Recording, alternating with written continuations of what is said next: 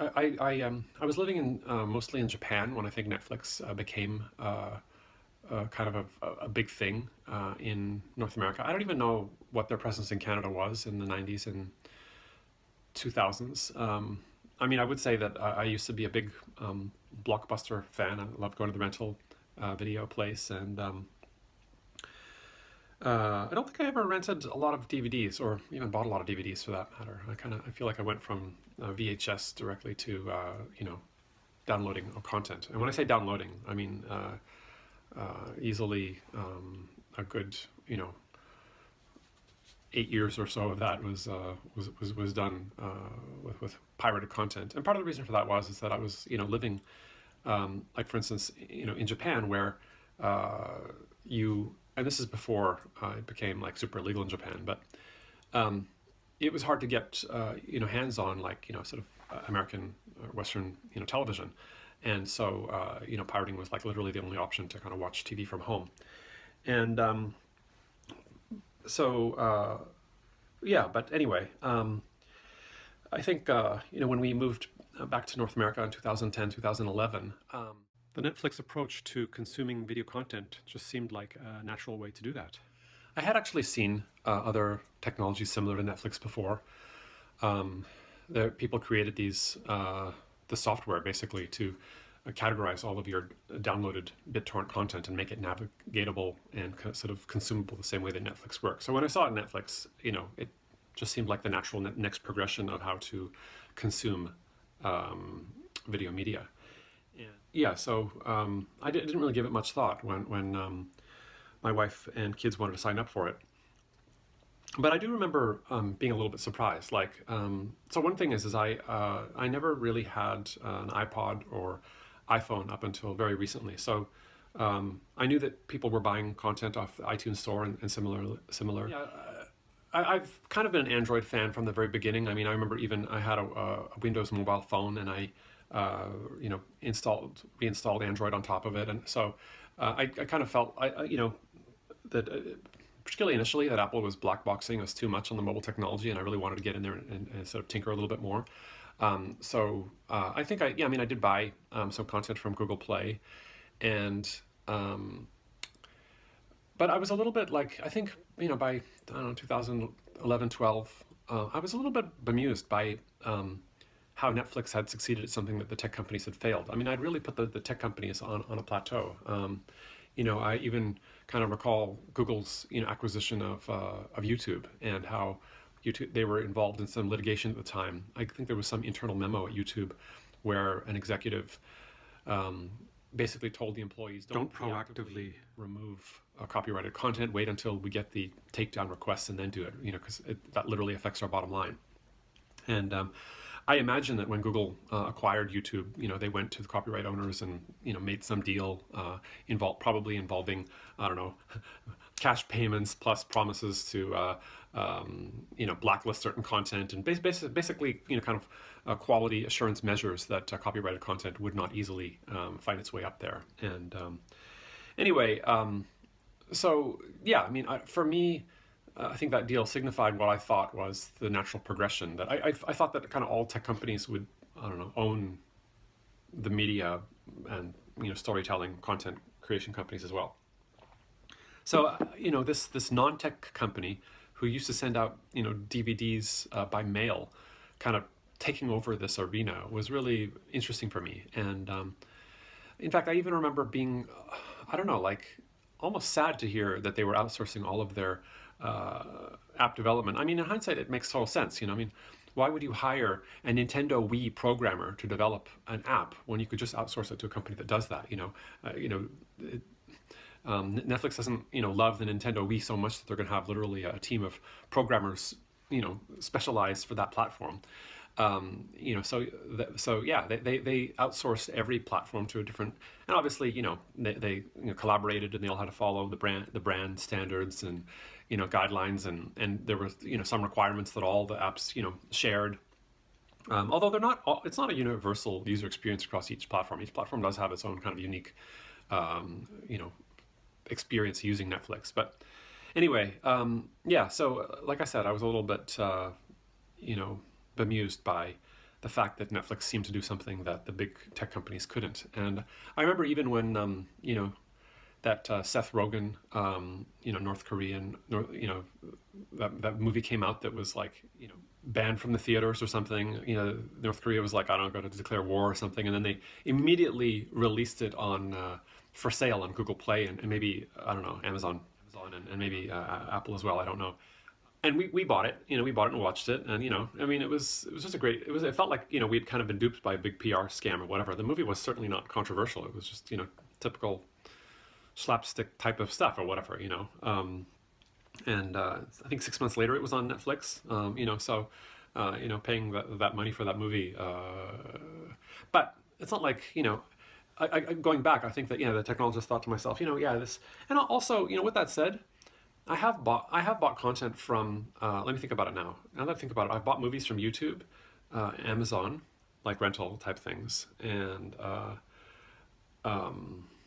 I think Google Play was just that one time for a movie. Although I mean Google Play and YouTube, I guess, are all Google or Alphabet. But anyway, so yeah, like I said, I was bemused by how Netflix did something that the tech companies couldn't do, and then of course you have Amazon Prime, trying to copy them, and it's linked up with your Prime account. So if you already have Amazon for a quick delivery, you get this free streaming thing as well too. A little value plus. I think what's more interesting is that you don't have more people that would be like, yeah, I am Amazon, Netflix. I think I'll just do. And I think it might be partly because of the fact that they, intertwine their buying and renting on demand business with their free streaming. I think that it's confusing. I wonder how many cases there have been of kids inadvertently buying movies that their parents didn't want to allow or something. I don't know. It's just interesting. You don't hear more about Amazon Prime Video. I remember the Man in the High Castle was a big deal. I think that in many ways we thought that was going to put them more on the map. And even with that said, I would say one of my favorite up and coming shows, which I hope keeps getting produced, is Upload, and that's only on Amazon Prime. But that represents if I think of all of the other platforms, I mean, Netflix definitely represents like 95% of my media viewing. So I think that just the way that they do their paywall and their experience is very successful. But then the other thing is that then their storytelling. I mean, I remember watching that TV show about the American mafioso guy who goes and escapes and lives in Norway, and I was really impressed by how they speak Norwegian. I don't know, it felt like 70% of the program or something, and yet it actually made the experience better. It felt more authentic than when you watch a traditional American movie set in Europe and, it's like mostly English. Because Netflix is selling to other markets, they don't just have to appeal to the American audience. And so, but I think what that ends up doing is it ends up, initially maybe a lot of their support comes from overseas viewers and clients or whatever. And then these things keep getting produced, and then it almost like sparks the imagination or the curiosity of the American viewers and be like, hey, this is fresh, this is new. I think I'm going to check out some more of these, Korean dramas or, so on and so forth being created on Netflix. So I think that cross-cultural approach to content is very fresh and, talk about, disruptive. I mean, nobody else does that. I mean, unless you literally look at, kind of I'm thinking of like, a movie like Iojima, where they created one for the U.S. market, one for the Japanese market, or whatever. Those types of collaborations between two countries, but those are rare. And even then, the one movie is still for the Japanese market, and the one movie is still for the American market. The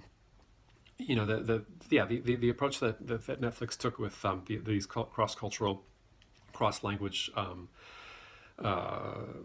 shows and movies is I'm going to say really exceptional. Their original content has really proven itself, has proven a new type of content that can be created and be commercially viable. And I think that's a very impressive achievement that they've done. Not to mention just the getting around all of the legal and licensing things. I mean, my wife is Japanese and we speak Japanese at home, and content that is not created by Netflix on Netflix, where they don't have like the licensing to the Japanese subtitles or dubbing, we can't enjoy here in Canada. I mean, if we hook up a VPN connection and pretend we're in Japan, then we can. But if it's original Netflix content and they have a Japanese, subtitle or audio clip for it, bam, we can enjoy that right away. And once again, that Netflix differentiates itself. They allow for that experience, which is much better than content from when you try to consume content not created by Netflix. So that was the next phase of me being impressed with Netflix, was the cross-cultural approach to it.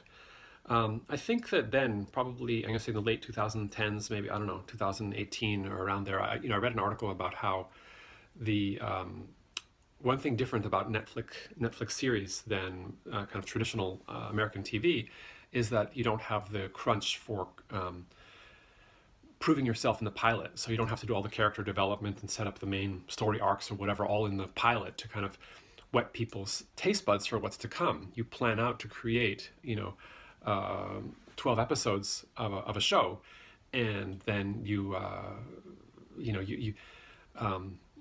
do it before even validating whether it's going to work or not. And what that allows is a more natural way of storytelling compared with traditional American TV.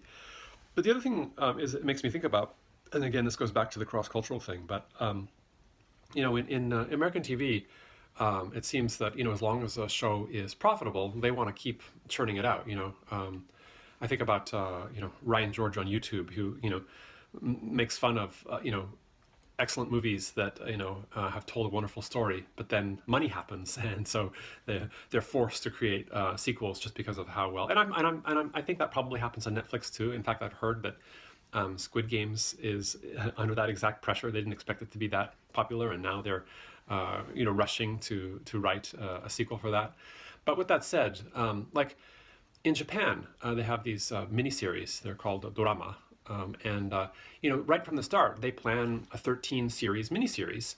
And so, again, the writing is similar to that description of Netflix stories. In fact, I wonder if that isn't partly where Netflix gets it from, is looking at some of the Asian, dramas, that you're going to tell a story in 13 episodes and that's it. There is no season 2. That this is a limited miniseries that's going to end. And and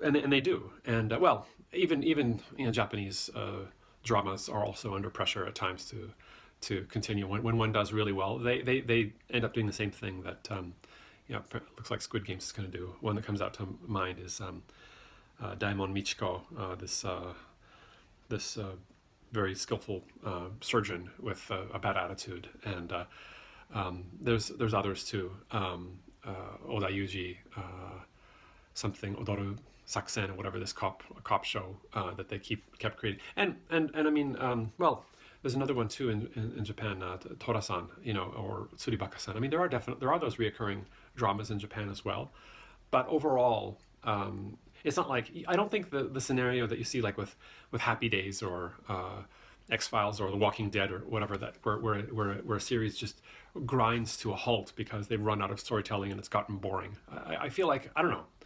I mean, I haven't watched as much Japanese TV as I have American TV, but I feel like that problem doesn't happen as much there. So going back, I think those were the three game changers for me with Netflix. Was its initial ease of use, its cross-cultural and authentic style of storytelling, and then its actual storytelling, based on the miniseries model, has just made it very refreshing. And so, I'm still, I'm a huge Netflix fan. I don't mind about the new rate hikes that they've had here, because I want them to keep creating the kind of content that they do. That concludes my little talk on Netflix.